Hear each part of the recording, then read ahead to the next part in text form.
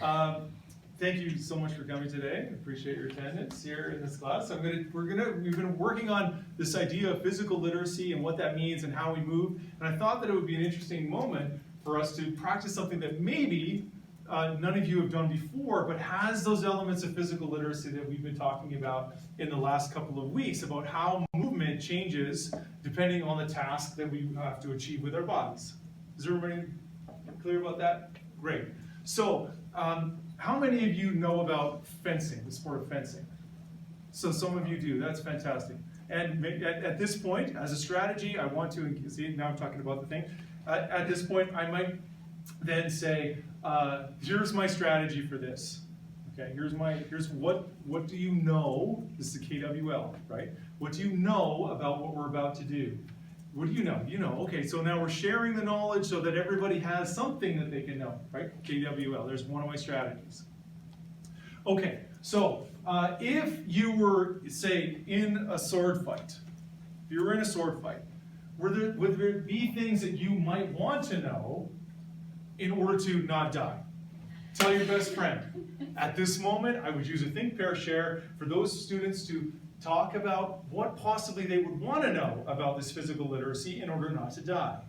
Okay? After that moment of the think, pair, share, I would ask for their responses. Some of the responses might be that I'd want to know how to get away. I'd want to know how to do this or that. Okay? And they want to know these things, and I'd say, yes, excellent, excellent. I would write those on the board or a smartboard. I'd put them somewhere as an artifact.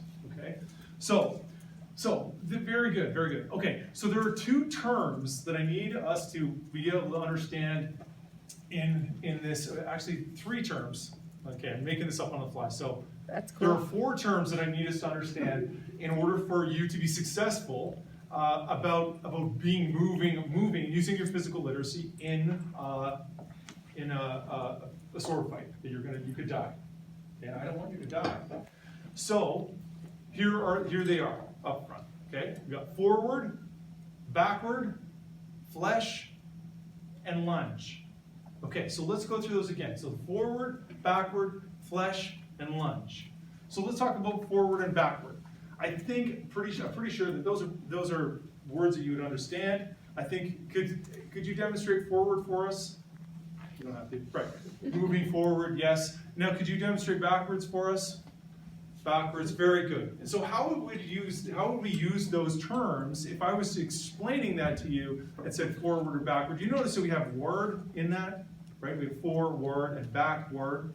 So that word is direction, right? For is to go for something, and back is where my back is, I'm going back. So that seems very obvious right now.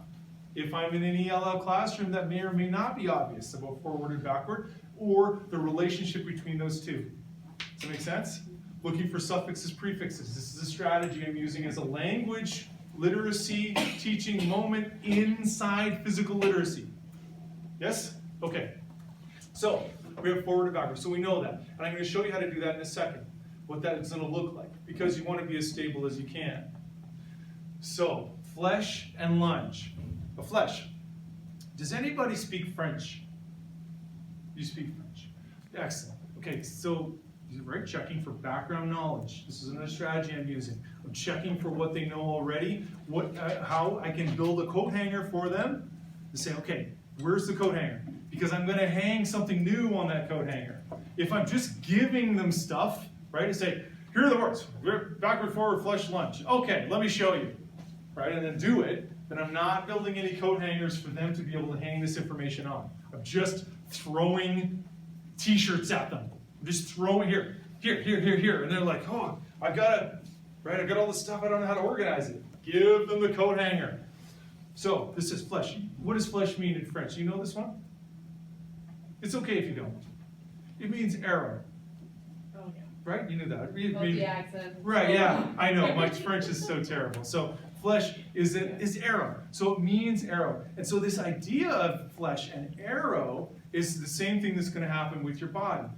Okay? Now, if I was designing this, I might do, here's what forward looks like in that moment, and then backward to link the forward and backward to the word. Right? And then say, okay, flesh. So this is what it will look like. So this is our on-guard position. I might have to, I've already taught them that or something like that, or add that into the lesson somehow, right? So forward looks like this. It's to advance toward your opponent. So forward means advance, to go forward. And backward, of course, goes like this.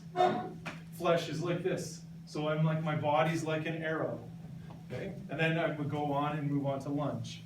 Lunge is like this, where I'm, I don't know, has anyone worked out? Right, and they ask you to do lunges and you hold the barbells in your hand and you do this, right? As a lunge, you've worked out before? Like, okay, so it's like that.